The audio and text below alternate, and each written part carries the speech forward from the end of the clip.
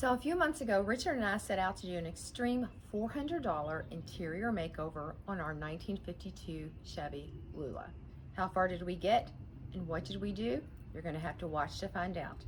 And to make it even a little bit more fun, yours truly may have actually invented something along the way. What is it? You're going to have to watch to find out. But first, let's take a long look at what Lula looked like before we got started.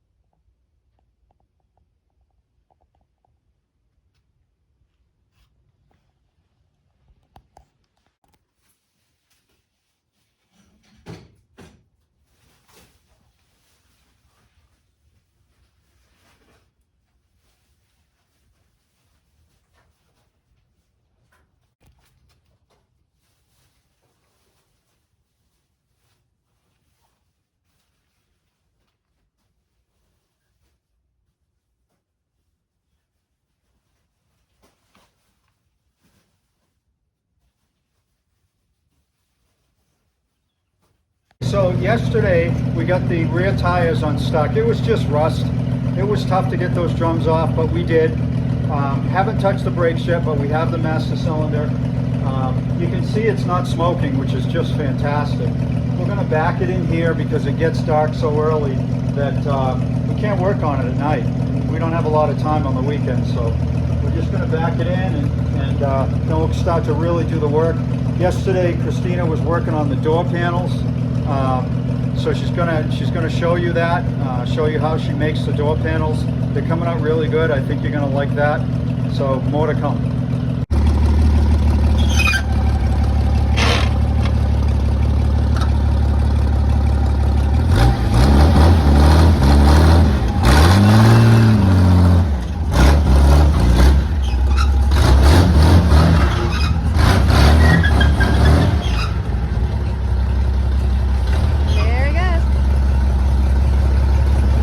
So we have Lula in the garage.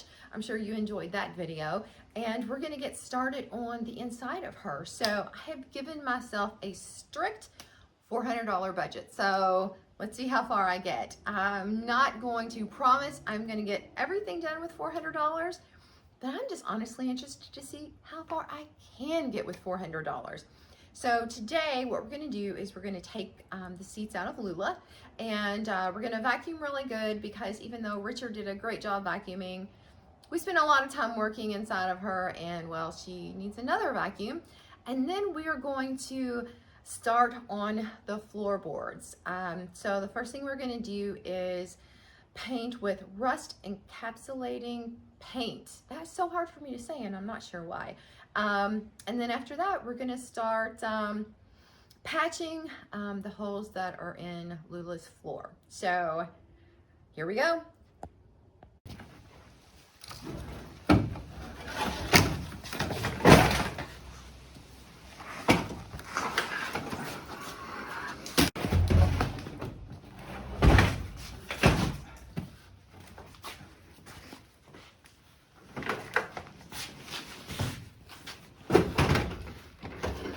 It's 6-way power seat. I should make a couch out of those. Okay, so what I'm doing is I'm removing what's left of the old, I guess this is mat. Sound in there, yeah. That was under the carpet. And it's funny because I put the screwdriver under here and it's not even screwed in. So that's kind of funny, but so that side Richard's on. I just got done with that. That looks pretty good. Yeah, so keep going. We need to take the back seat out. And then we'll move on to the next step. There you go. Okay. Oh. Where's the button to turn on the vacuum?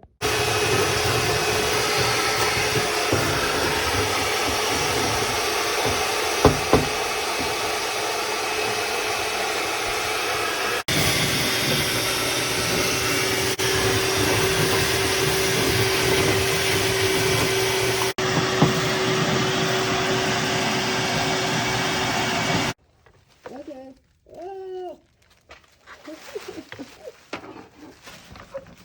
It's just one side.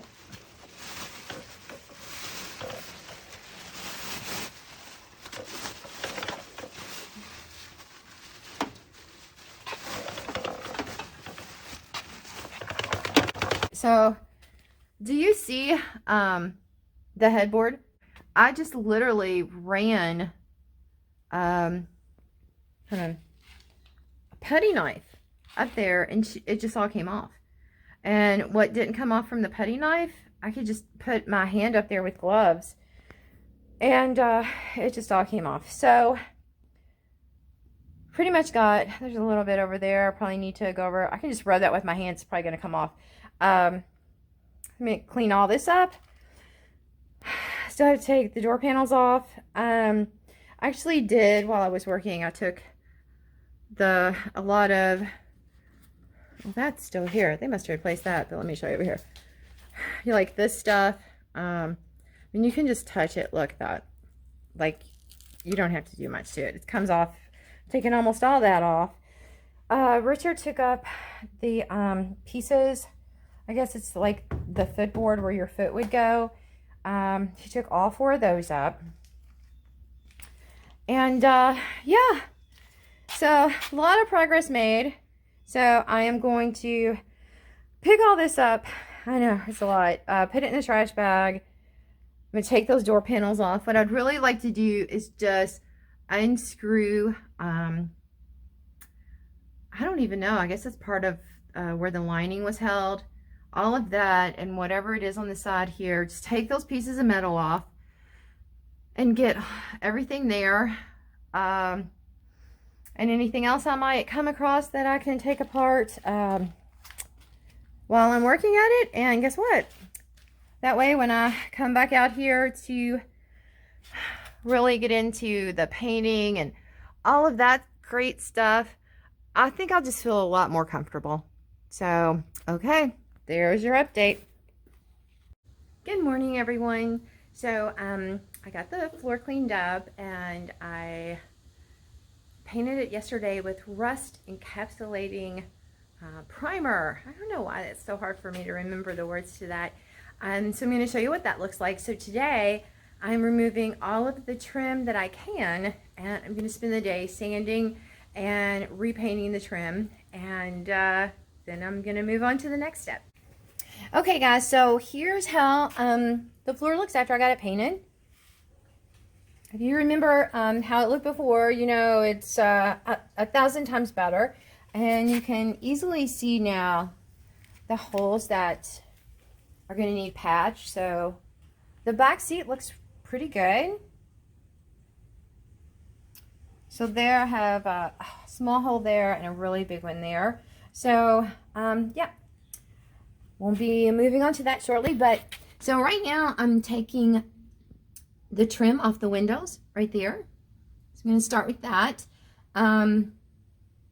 And then I'll be taking the side pieces off and the side piece over here, if I can turn the camera that way. There's a one right here on the side of the door. And then we'll be taking the last of the panels off. And probably that big piece of trim on the back window. And I will be a sanding fool all day today. Okay, so I've got all the trim off at the top, and I think I'm going to go through and take this off. This is, I believe, part of the headliner that was still there, so I'm going to go ahead and take that off. And then this is very interesting. Look right here. Goes all the way through, right? And all the rest of it seems to be intact. Let me see. You see this? Go up around. It seems to, I mean, it's, you know, not perfect, but it's nothing like was on the doors where it was crumbling in my hand. No, I mean, this seems pretty good, except for this one spot. So definitely going to patch that, you know, before we put any trim back on, for obvious reasons. And really interesting, I have to tell you. So that right here, this used a flathead. So when I got to this screw right here, I kept getting different screwdrivers, and luckily Richard had this. I mean, if he had not had this, I couldn't have got that flathead screw out of there. So it's a little bitty baby screwdriver. So, okay, well, let me get this cleaned up and move on to the next. Hi, I'm working on getting this last door panel off. Yeah, that one off. Still haven't gotten those off. And Richard is over here. How close are you to yelling, hon? Not close. No? Not even a curse word? I've got everything off except this. Was it easy? No. No, but I didn't expect it to be, so this is off. Oh, good. 2 tiny screws hold that in. Yeah. It's off. The other screws on the other side came off very easy, but those giving us a problem. And he's very patient on this, because on the other side, do you know why those are hanging on? Those doorknobs? Because I just said, I'm just going to rip it off. And hey, do you see? I just pulled in. That's what happened. So, yeah. If it's that bad that you can just, you know, pull it and it just comes apart like that, I wouldn't worry about it. When I've been sanding long enough to wear out 3 sheets of sanding paper, but I think I used it all. I just don't know where it's at, and Richard's on a conference call, but I'm going to turn the phone around and let you see. So, I mean, it's definitely coming off. Richard says the sander that I'm using, the one he has, it's just not really good on corners and things like that. I think he just has this sander that I know of. So he says I might have to do the corners by hand. And he tested the sander himself on these. Christina didn't finish it, he's just kind of testing it. So, but yeah, we have, you know, lots to do. So that window and that trim, and I need to fix those, and yeah, I'll finish up this, and I think that will be it for the inside. I think. All right. I hope you you understood all, because I am very hot and starting to get very tired. So I'm gonna go in and eat lunch. I think it's 3 o'clock, so I haven't had lunch yet. So I'm gonna go in and grab some lunch, and then I'm gonna come back out and keep working until late tonight. So that's my plan. I mean, okay, so I've never tried. we're talking about if the dump would take the car seats. We don't know what to do with them. So we just got everything cleaned up. The floor looks so nice. We're gonna button up with Lula for Sunday. And Richard? We're dirty. I don't get dirty. Isn't that right? No, I'm just joking with you guys. I really get dirty. I don't know why. I just don't look it, but I'm dirty. I'm dirty. So because I have a little bit of experience painting dashes, I did my 50 Chevy years ago, I'm going to take that part of the makeover. Christina's already taken the trim that goes around the doors on the inside off, and she's sanded it all down, so I'm going to paint that as well. All right, I got my painting gear on. No, actually, we're so short on time. It's going to get really cold here in Tennessee. We just had such a crazy week that we're trying to get stuff painted as quick as we can, and we don't have heat in the garage. So tonight I'm going to prime the trim from the interior, and I'm going to show you how I do it. Similar to how I did the inside, just a little bit different. Okay, so we've already laid this paper down. Yep, we've laid this paper down to keep the dust down. So the idea here is to just get first light passive primer. Primer dries super fast. It's not going to run unless you really mess it up. So just get a light coat on it.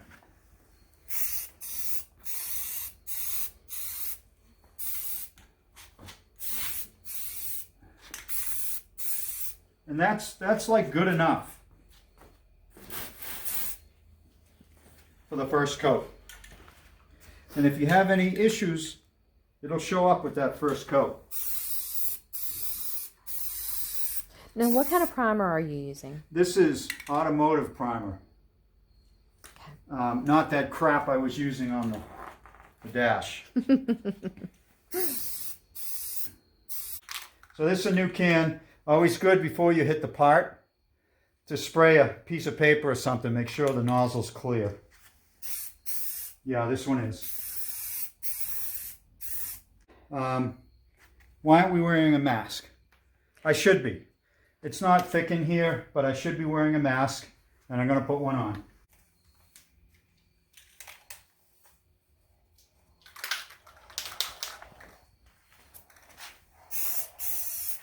Put the mask back on. Oh. So when he finished, he noticed a few spots where, you know, you can kind of see, I don't know if you can, I hope you can, that it's not as uniform. That was the word he used. And he said that the more uniform... the color, the easier it is to paint over it. So he's going to just do some more light coats. But I wanted to make sure that anyone out there that is watching this that might attempt this, that we got that on there for you so you would know. I think we're good.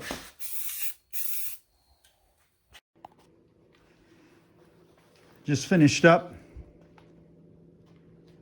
the trim for the each door. It came out real nice. We heated the garage up with some portable heaters because it's just so cold in Tennessee all of a sudden. These two things around the windshield, I'm gonna have to coat again. They're too hard to do. I would have liked to have hung them, but I usually hang them outside, and I couldn't do that. It's just too cold. But these are done. We, of course, were wearing our respirators and goggles and all that because it got pretty thick in here. But I'm real happy with the finish. I might, once it's all done and set up, I might hit it with some 2000. And after that, some 2000 water dry, and then compound it, maybe. I'm not sure yet. It depends how it looks when it's dry. So I'm working on the dash, and basically starting out with 150, scrub it up. The rust came right off the dash for the most part. I pulled some things out. Here's the hole for the ignition switch here. I don't know what's going on there. It's completely hacked. So I'm not sure what I'm going to do with that. I need to figure that out. But overall, it's in pretty good shape. I need to do a better job in the middle. Anywhere there was rust spots, I need to go a little deeper. So I'm going to follow it up with 240 and then 400 and see how that comes out. The clock, whatever kind of paint's on the clock is different than the rest of the dash. I don't know why. And I have to take it all off. It's super, super thick. And I'm gonna have to take it all off. So that's a bit of a hassle. I've taped up all the chrome so I don't scratch it. The glove box, interestingly enough, has a couple of dents in it that look like they were filled. So I may have to refill those because someone did a really poor job doing that. And I think that's really about it for now. So here's what it looks like after the 400. You can see the scratches are all but gone. It's much smoother. I might hit it again with some more 400, and then I'm going to hit it with 1000 See how much better that clock is than it was? If I had to do this over, I would have started with 220, not 150. The paint came off super easy. There was no need to use something as coarse as 150. And I wouldn't have to deal with so many scratches now. So I would have started with 220. But so far, I'm happy with the results. This is not a show car deal. This is a $400 interior. So far, so good. I'm going to give you a little progress update now.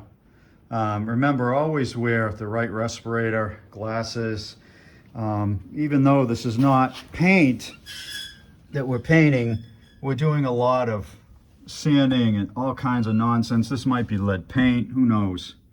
So I've hit this here with the 240. So it was 150, and that's the top of the clock. You can see there's still quite a few scratches in there. Those all need to come out. On the other side, you can see it's even more scratched. The reason for that is I haven't done that with the 240 yet. So I've got some work to do here to get these scratches out. Maybe I'm going to have to go with maybe a 220 or maybe more with the 240 to get these scratches out, because those are going to show. But you can see, maybe you can't, maybe you can, the difference in smoothness from this side that I've done with the 240 to this side that I haven't done. I mean, you can see it's significant. And that's what you want to do. You keep working up to higher numbers of grit till you get the smoothness you want. I'm going to hit it with 400 at some point, and then probably 1,000. Just a light sanding on 1,000 to get it where it needs to be. Those two dents in the glove box were bugging me. They were going to show for sure. So I filled them up with some cheap body filler. Once it dries, I'll sand it. I'm probably going to use a sanding block on that to keep it from pulling the body filler out of the dent itself. So, what you working on? So the primer's good, nice and smooth now. I hit it with 400. So I'm going to shoot the top of the dash next in red.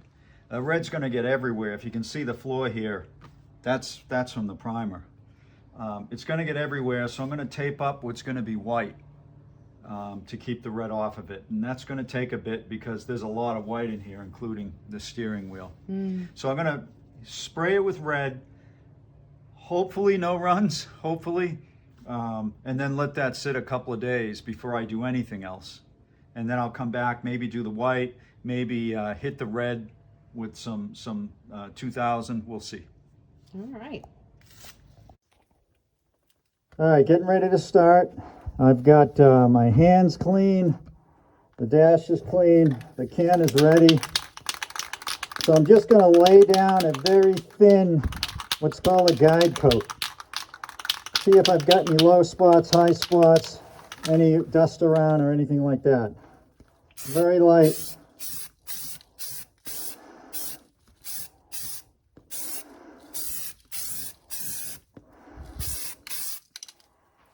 The can's spitting a little bit.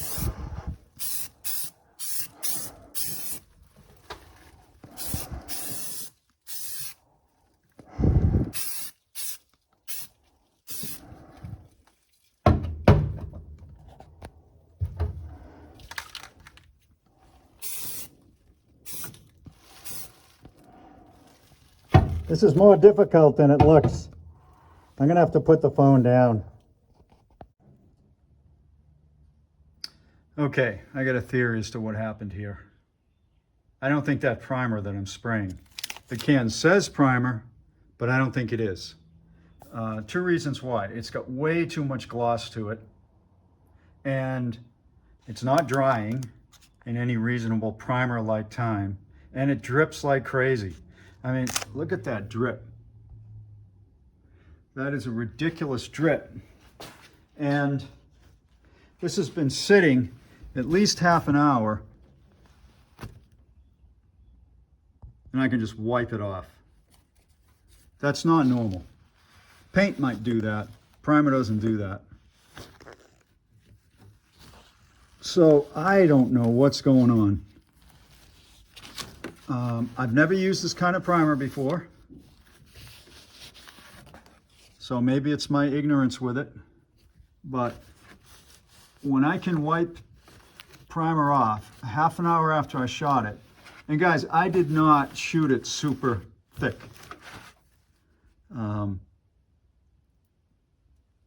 There's just something up here. This appears, it's behaving exactly like paint.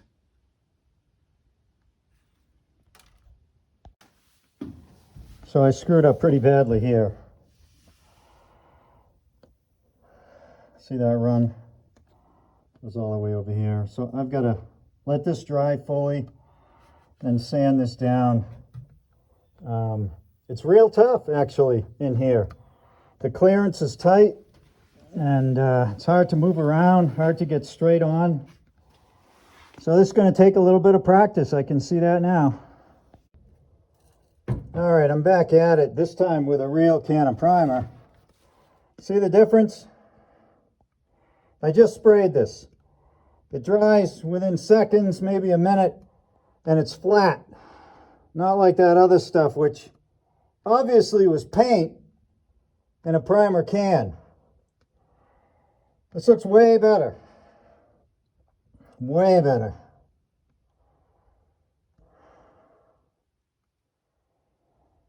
I'm pretty happy with this.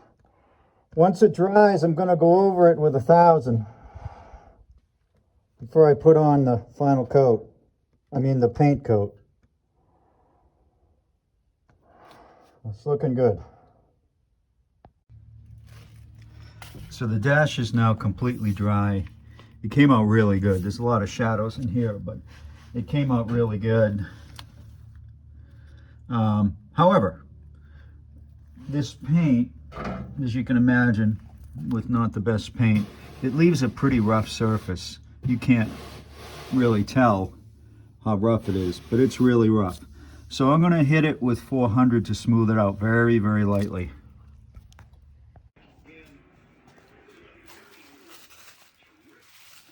All right, so the red is done. I did it all in one shot.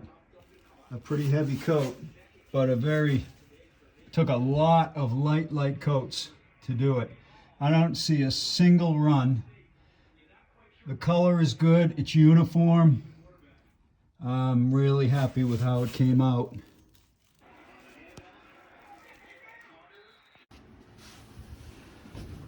Next up is the white. Big moment here, big moment. This comes out good, then the interior painting is done. Like the red, this is a very big challenge with the steering wheel in the way. Like I said earlier, the removal bolts threads are stripped out. It's actually cracked right down the middle, so I can't get the wheel off. So I just have to be real careful and paint around it. I've got good light in here. I've got it warmed up, so the conditions are good. Let's see how it comes out. I've got a few light coats on now. It's looking good. No runs, decent coverage.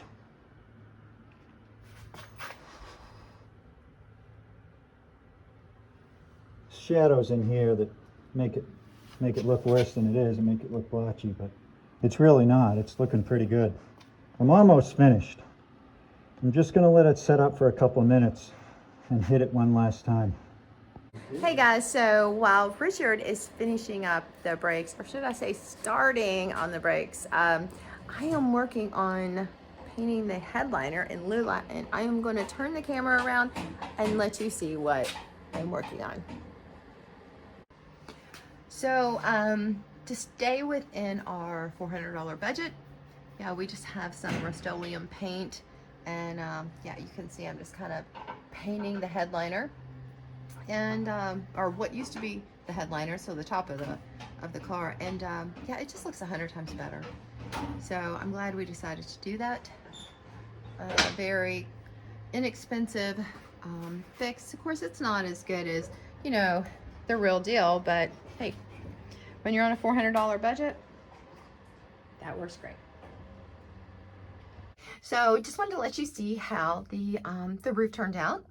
I think it looks really great. And I did the first coat, and then Richard came out the other day after he got off work and did the second coat, which I honestly think maybe, I don't know, it could use a third coat. It's hard to tell. It's really dark in here, and the light on the camera is reflecting. So maybe when we pull Lula out in the sunlight, it'll have a better view for you. But trust us, it looks 100 times better.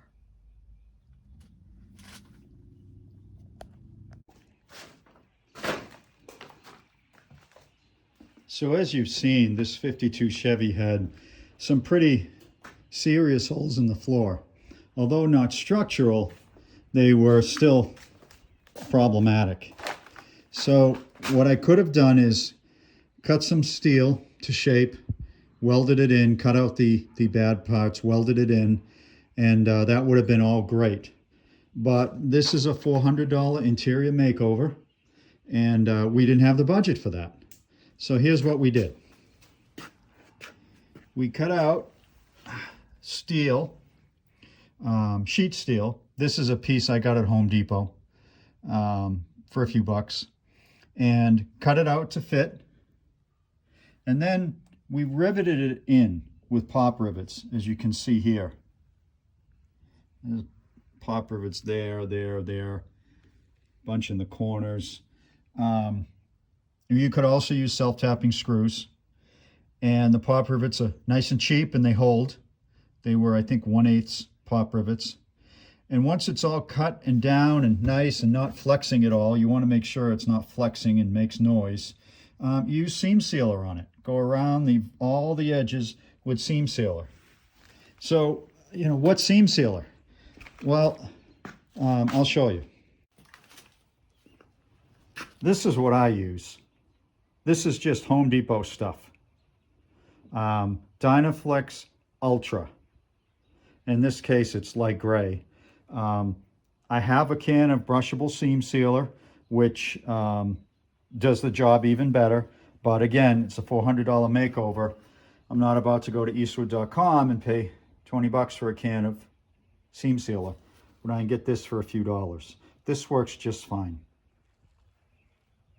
So I didn't do a good job videoing how I actually did the floor. So I'm going to take a second and just show you with this piece of metal and this block of wood. If you imagine the block of wood is the floor, what you do is you take a drill with an 1/8 inch drill bit, and you find a solid piece of floor. You cut the steel to fit the areas you want to patch, and you put it down and you hold it down, and you drill through the steel and the floorboard. And you'll see if you drill sharp, it'll cut it pretty quick. And you have a little hole there. So then you take a rivet, and this is made for 1/8 inch holes, and a cheap old rivet gun. You can get them at Harbor Freight or just about anywhere. You put the rivet in, and you push it through both the sheet metal and the hole you've drilled in the floor, and push down hard.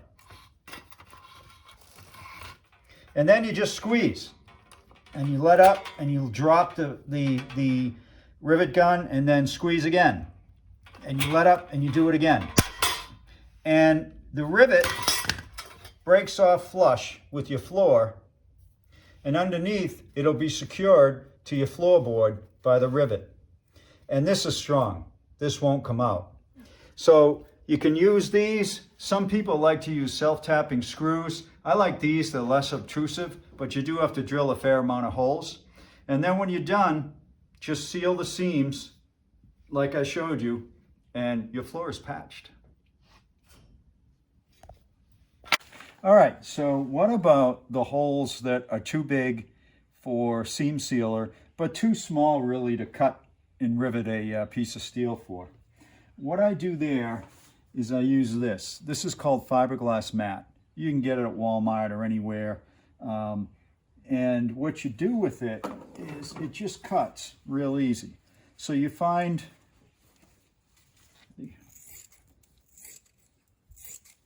you find a hole that you need sealed. You just cut a piece of fiberglass and test fit it by laying it over the hole like that. In this case, I'm going to do it all with one piece.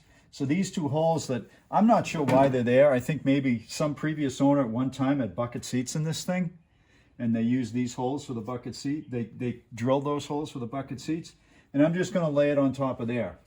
What you do with it is you take this fiberglass resin, you pour it in a container. My favorite is old Chinese food containers. And then you put some hardener in it, a few drops of hardener that comes with the resin. That makes a really messy paste that I'll show you in a minute. Make sure you wear gloves. This stuff is nasty. And then you just soak the fabric in the paste and lay it down.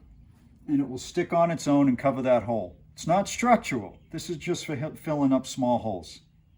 Okay, so I don't know if you can see that, but there's the material. Got the hardener in it. And all I'm going to do, again, wearing gloves, is soak the fabric in it. Okay, make sure it's completely submerged. Then just lay the fabric down.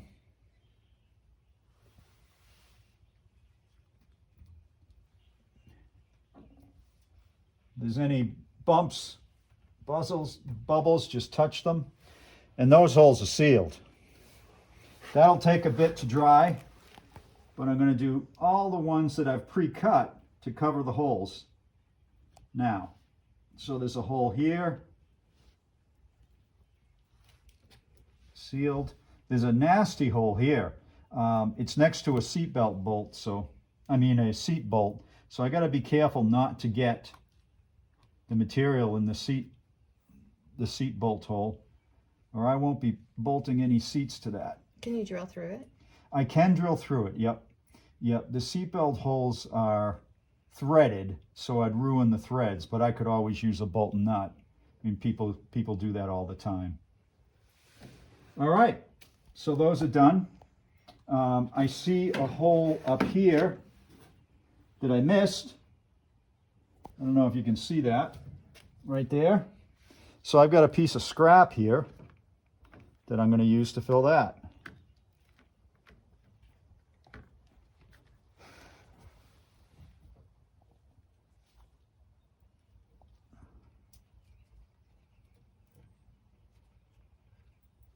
Okay, just like that, it's sealed. How long does it take to harden? It's probably going to take 20 minutes to a half an hour. Oh, that's pretty fast. It doesn't take that long.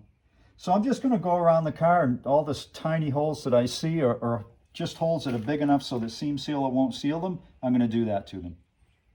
Hey guys, so today we are going to finish up the last little piece of the insulation, soundproofing, whatever you want to call it, on Lula. But before that, I wanted to show you exactly what was included in the box. And I'll include the name and all, the square footage and everything, and the comment section. I don't know how we're going to do this. We bought so much. But I wanted to show you what it was. So Richard, if you want to go down here on this box. So this is what it looks like in the box. And then these were the tools. These were actually included. And when I bought these, I want to say it was in October of last year, I started to buy these items for Lula on my strict $400 budget. And I found this on Amazon, and I want to say it was $31.99.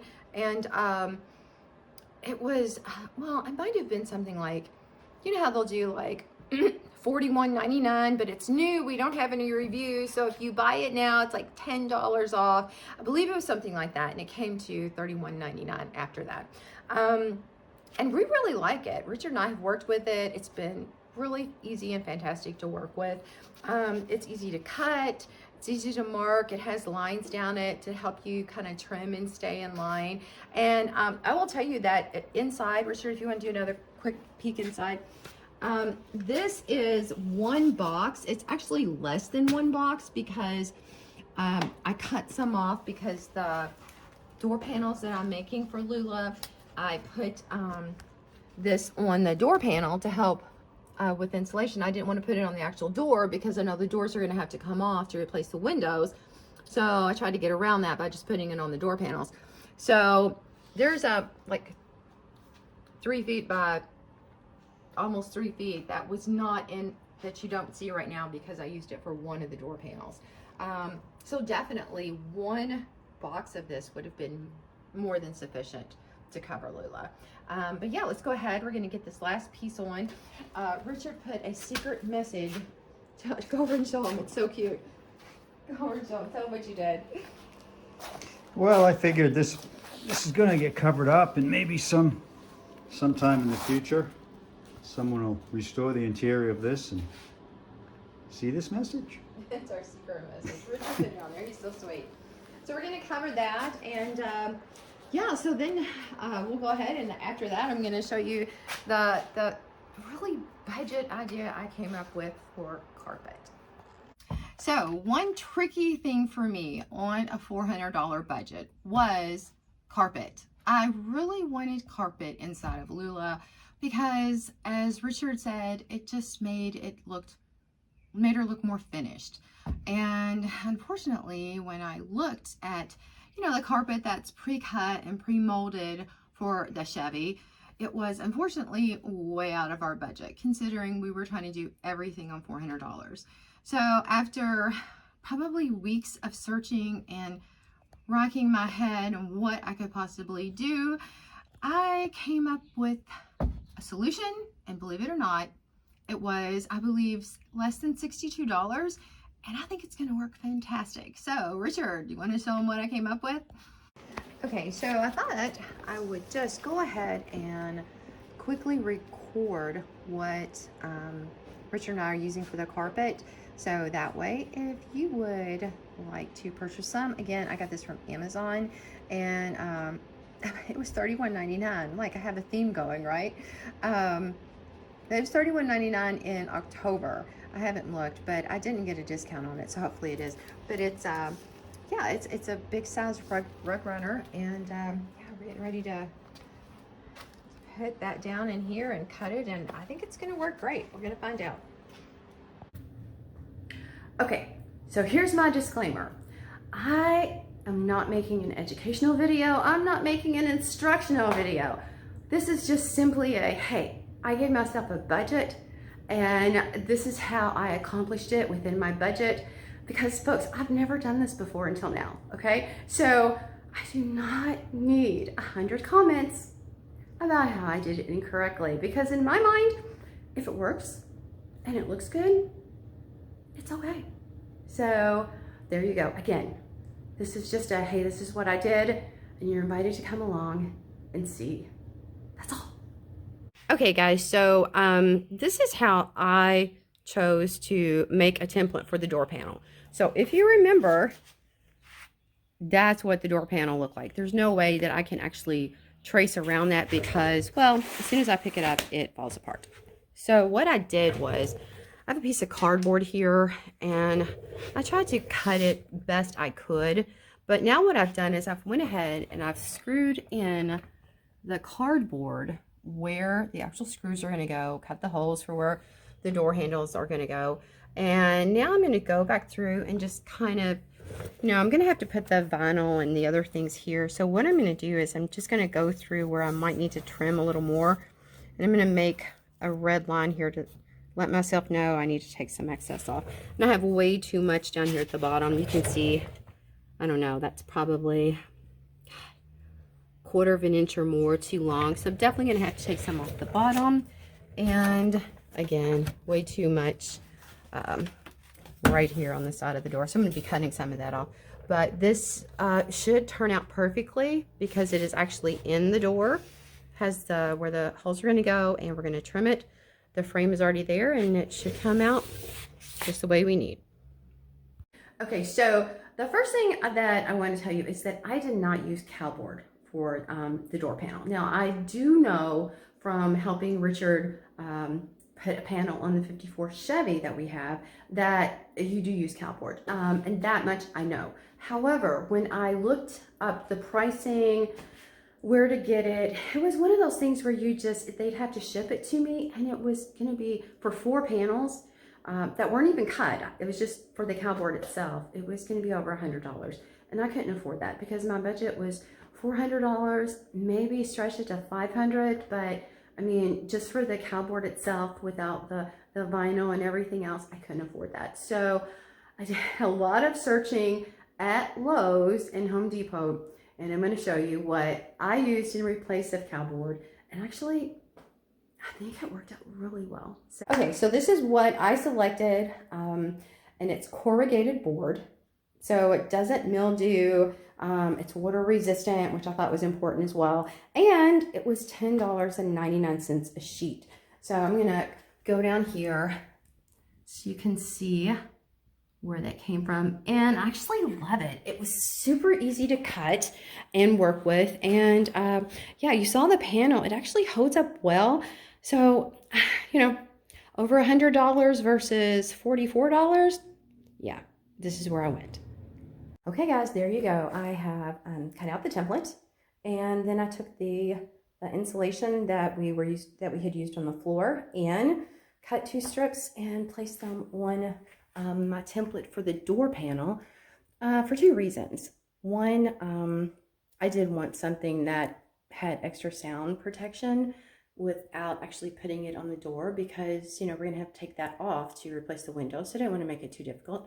And number 2, there was actually a little bit of cushion behind the original fabric, and well, I'm working on a budget, so I had to get creative.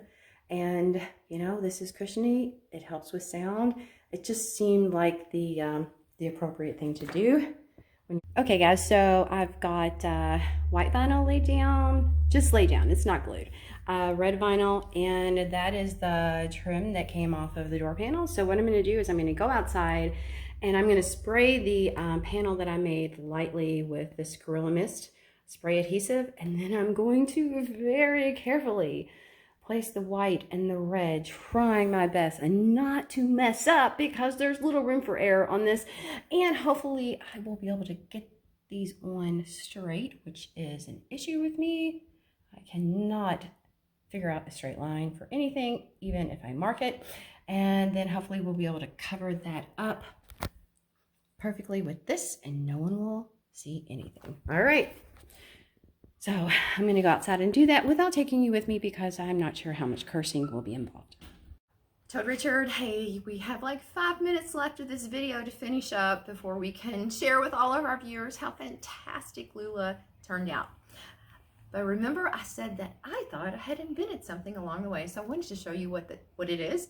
And yeah, guys, if you have seen something like this before, that's okay, let me know. If you haven't, I may have actually invented something. So this is what bothered me. This knob, you know how over time they start to break. This one looks really good, but a lot of the knobs inside Lula, they were broken. That happens over, 70 years time. And I looked at how much it would be to replace these, and it's like $20 a piece. And I thought, I cannot afford that. So I thought, there has to be some type of cover, right? Someone must be selling a cover to put over these so that you can change the knob. You don't have to take all of the knobs off. But I looked for 3 days. I could not find a cover. So I thought, what kind of cover? How would I make a cover? How can I get one made? Do I even know someone? And it occurred to me that I knew someone. His name is Matt, and he's just a genius, literally. And he owns a 3D printing company.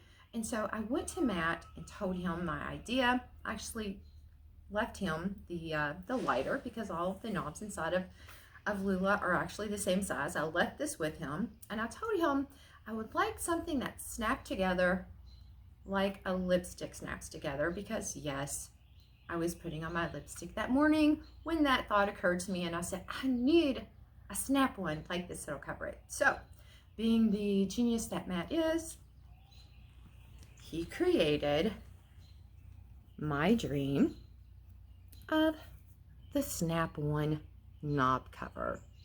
There you go, people. Looks much nicer, don't you think? And when we sell Lula, if the person that buys her really wants that dingy yellow knob that can come right back off, and it's right back to the original. So there you go, guys. Let me know what you think. And I'm going to put Matt's information down in the comment section. I'm going to put his web address, and he actually just got a scanner, which is completely cool. I mean, we could literally put this in the scanner. It would scan all the dimensions, and it would print this out. You know, there's just so much technology these days. It baffles the mind. So, okay, that was my maybe invention. We'll find out. All right, so guys, are you ready to see what Lula looks like? I bet you are. So just so you know, with tax, we spent $407.38. $7 over? Yeah, well, if I did include the tax, we were under $400. Oh, okay. That's fair. Yeah, well, so we were really, really close. We did stop when we hit that mark because we didn't want to go over. So there's a thing or two you'll notice that's not finished inside.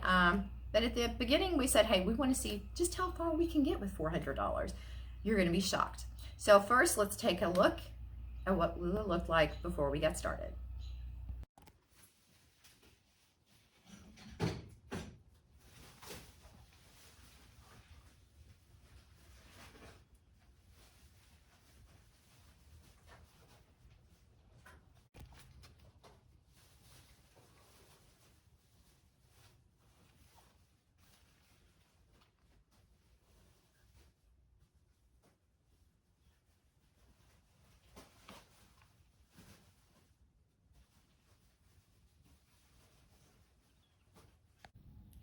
Cue celebratory music, but not copyrighted. All right, guys, here is your sneak peek at what Lula looks like after $407 and some change.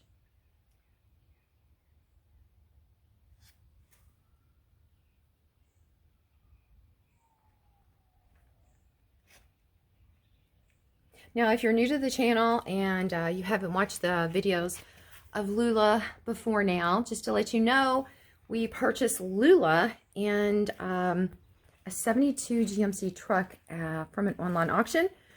And when we had the truck and Lula delivered to the house, guess what we found inside of this 72 GMC truck? Lula's front seat. I don't know how lucky we got on that. I don't even know the odds of us picking the car that contained Lula's front seat. We did not know Lula's front seat was in the truck, so it was meant to be. Wouldn't you say, hon? Yeah, I think it was. All right, guys, there you go. Richard, you did such a good job on the paint. It looks fantastic, babe. You did so good. Yeah, but the door panels, that's all you. The chrome trim. Talk about the knobs, how they're even engraved. Yeah, so Matt, oh yeah, can you see there's he put the V on the vent knob and the C for choke. And there you go. So I told you that we tried to stick as close as we could to $400. So I didn't want to cheat. I thought about it, but I said, no, we're not going to cheat. So can you see what's missing?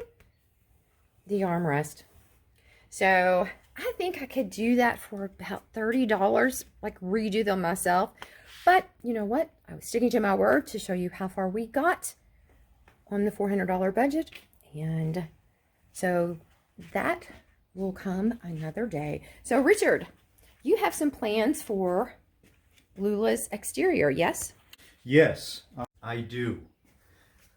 Patina is all the rage. It has been, people say lately, but it's not true. It's been the rage probably for 20 years now. And this car's got it, but it's also extremely rusty patina. So I've looked online, other channels, etc., and shine juice and patina protector and all these other things are on the market. But when you look at the price, they're crazy. So what I'm going to show you in a future video is how to protect the patina for $15. Well, so look forward to that. Okay, I didn't know about that, so that sounds exciting. Yeah. Okay, that sounds great. Now, guys, if you haven't already, Richard, say please, please. Please subscribe. We love you guys. We love, and ladies, we love the people that support this channel. this was an unbelievable amount of interior work. Christina put her heart and soul into this. Your subscribing is really the thanks to us, and we super appreciate it. We're not quite finished with this car. It's not a restoration, but she made a promise to you, and she has delivered. Yeah, so guys, let me turn the camera around. I'm going to do a flip. Hey, so if there's anyone out there and you were wondering, hey, can we buy a car and make it look nice enough that we're proud to drive it around for, you know, not a lot of money? As long as you don't look outside. The answer is yes, you can. You have to get, you got to think a little bit of how you can, make the dollar stretch, but you can do it. Yeah. We're showing you how. Guys, I don't know if Richard's going to get mad at me for telling you, but so we're going to go in the near future and work on some viewers' cars. And one of the cars we're going to work on is one of my favorite cars. Do you want to tell them what it is, Richard? Which one is it? Really? No, it's a 69 Camaro, believe it or not. You don't see too many will it runs on 69 Camaros. So no. This one's really going to be something. An How SS. long has it been sitting? Since the last time it was tagged is 1982. Wow. So, Look forward to that. And it still looks pretty good. So, it should be a From lot of fun. picture. Yeah, we know how that goes. Yeah. Okay, well, guys, thanks again. Richard said it. We love you. Appreciate all the support you give us. Have a great Easter, and we look forward to hearing from you in the comments. See you soon.